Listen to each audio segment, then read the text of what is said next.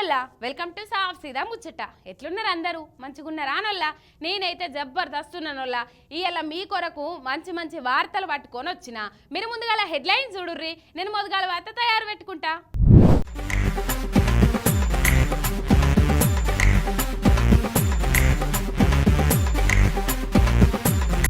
6 నెలలనే పట్టుకొచ్చిర్రు 60 ఏళ్ల గోసలు.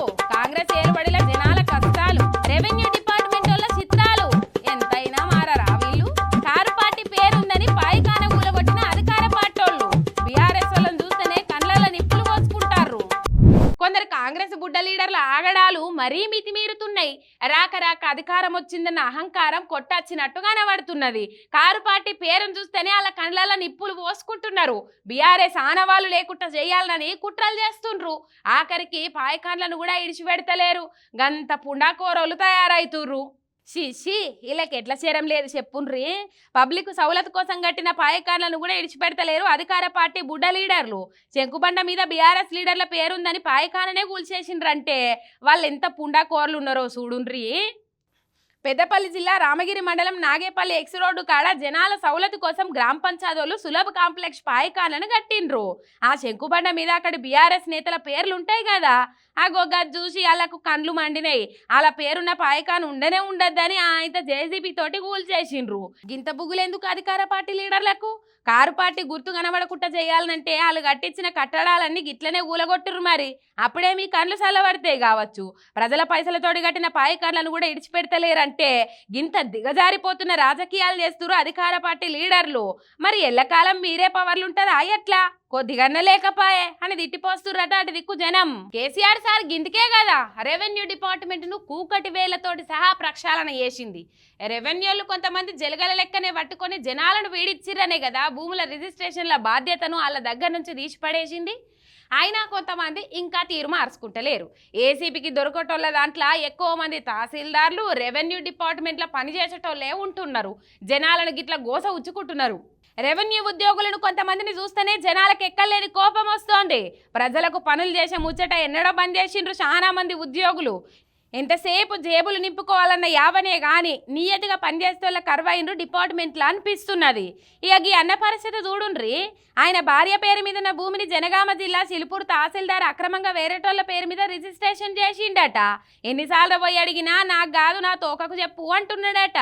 ఇక ఇలా తిక్కలేసి పురుగుల మందు డబ్బా పట్టుకొని సిలిపూర్ తహసీల్దార్ ఆఫీస్ ముంగట ఇట్లా నిరసన చేసిండు అన్న. పట్టా పాస్బుక్ బ్యాంకులు ఉండంగానే తహసీల్దార్ ఎట్లా రిజిస్ట్రేషన్ చేస్తాడు? అలా తాన లంచాలు బుక్కే మా నోట్ల మన్నుగొట్టిండని బాధితుడు ఇట్లా గోడెల్ల పోసుకుండు.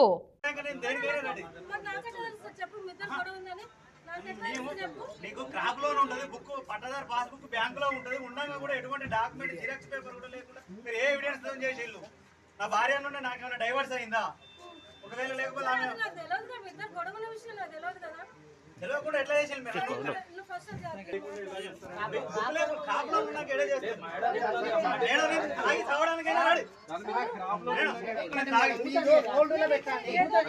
ఇక ఈడికతి ఇట్లుంటే ఇగో నారాయణపేట జిల్లా మద్దూరు మండలం నాగిరెడ్డిపల్లి గ్రామ పంచాయతీ కాడ కూడా గిసొంటి కథనే అయ్యింది. పట్టా జాగాల ఇల్లు కట్టుకుంటా అంటే గ్రామ పంచాయతీలు పర్మిషన్ ఇస్తలేరని ఈడిగా పద్మమ్మ అనే ఈ అమ్మ పంచాయతీ ఆఫీసులో పెట్రోల్ బాటిల్ పట్టుకొని పోయింది. నా కొడుకులు నన్ను పట్టించుకుంటలేరని ఆమెకున్న కొంత జాగాను వేరేటోళ్ళకి అమ్మిందట. ఇక ఆ జాగాలో కొనుక్కున్నాయినా ఇల్లు కట్టుకుంటా అంటే ఆమె కొడుకులు వడనిస్తలేరట. గ్రామ పంచాయతీ కార్యదర్శి 3 నెలల సంది తిప్పించుకుంటుండట. కొడుకుల తన పైసలు తీసుకొనే ఇల్లు నన్ను గోస ఉచ్చుకుంటున్నారని వాపోతున్నది ముసలవ్వ. నా భూమిని నేను అమ్ముకుంటే నడిమిట్లయితే ఒక మట్టగాళ్ళకేంది? అమ్ముకుంటా దానం ఇస్తా. మరి నన్ను నా కొడుకులు పట్టించుకోనప్పుడు ఏం చేస్తా? 4 రూపాయలు ఉంటేనే ఎవరైనా వచ్చి ఇంత చేత చేసిపోతారు. పర్మిషన్ ఇవ్వకుంటే ఇన్నే పెట్రోల్ పోసుకొని అందరి పేరు చెప్పి మరి జీవి తీసుకుంటా అని బెదిరించింది. ఈ లోపట ముచ్చట పోలీసు వాళ్ళకి ఎరికై వాళ్ళు వచ్చి అవ్వను సంధాయించిండ్రు. మరి గిందుకే కొందరు గవర్నమెంట్ ఉద్యోగులంటేనే జనాలు మండిపడుతున్నారు. ప్రజల పన్నులను జీతంగా తీసుకునేటోళ్లకు కొద్దిగన్న శరం లేకుంటే ఎట్లా అని తిట్టిపోస్తున్నారు. అబ్బబ్బా ఈసారి ఆంధ్రాల ఎలక్షన్లు రణరంగమే అయినాయి. ఇండియా పాకిస్తాన్ యుద్ధమైనట్టే అయిందాడ కూటమికి. వైసీపీల నడుమ మడ్డర్లు చేసుకునేటంత పెద్ద లొల్లులైనాయి. ఇక పౌరుషాల పురిటిగడ్డ పల్నాడులనైతే పందెం పుంజులు కత్తులతోటి ఒడుచుకున్నట్టే చేసిండ్రు. సిట్టు ఎంక్వైరీ చేస్తుంటే కొత్త కొత్త ముచ్చట్లు బయటపడుతున్నాయి. ప్రజాస్వామ్యం మీద గౌరవం అనేది ఈ రోజుల్లో బూతు మాటనే అయింది. ఇగో ఆంధ్ర ఎలక్షన్ల పార్టీలు చేసిన అంగడి చూస్తుంటే అట్లనే అనిపిస్తుంది. పల్నాడు జిల్లా మాచర్ల నియోజకవర్గం పాల్వాయి గేట్ అనే పోలింగ్ బూత్ కాడ పెద్ద జగడమే అయింది.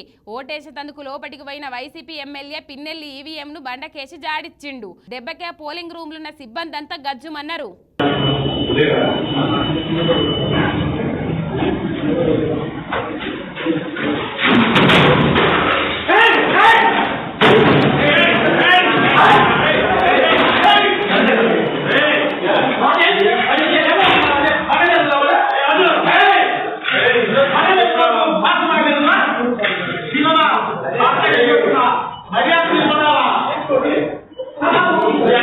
ఈ వీడియో జర ఆలస్యంగా బయటకు వచ్చింది. పల్నాడులో జరిగిన లొల్లుల మీద ఈసీ వాళ్ళు స్ట్రిక్ట్ వేసిర్రు కదా, ఆగో వాళ్ళు ఎంక్వైరీ చేస్తుంటే ఈ వీడియో బయటకు వచ్చింది. పిన్నెల్లి సారు పోలింగ్ రూమ్లకు దర్జాగా ఈఎం మిషన్ని నేలకి ఇసిరుగొట్టిన ముచ్చట ఇప్పుడు సోషల్ మీడియాలో మస్తు తిరుగుతాంది. ఎంత ఎమ్మెల్యే అయితే మాత్రం ఈవీఎంను వాళ్ళకు కొడతారా? గిదేం రూబాబు అని కూడా తిట్టిపోస్తున్నారు నెటిజన్లు. అటు పిన్నెల్లి అరెస్టు కూడా రంగం సిద్ధమైందని అంటున్నారు. నిజంగా ఈసీ అనేది సిక్కుగా పనిచేస్తే పిన్నెల్లిని అరెస్టు చేసి ఎమ్మెల్యేగా పోటీ చేయకుండా నిషేధం పెట్టాలంటున్నారు. అయితే మరి గిట్లెందుకు ఈవీఎం విసురుకొట్టినవని పిన్నెల్లి సార్ని అడిగితే టీడీపీలు రిగ్గింగ్ చేస్తురని మట్లా వచ్చింది. అందుకే పోయి ఈవీఎం విసురుకొట్టినా అని చెప్తాండు. మరి సీసీ కెమెరాలు ఉన్నాయి, పోలీసు వాళ్ళు ఉన్నారు, సెక్యూరిటీ ఉన్నది. ఇంతమంది నడవ టీడీపీలు పోయి రిగ్గింగ్ చేస్తుంటే పిన్నెల్లి వచ్చేదాకా వ్యవస్థలన్నీ అట్లనే గుడ్లప్పగిచ్చి చూసుకుంటూకుండ్రా.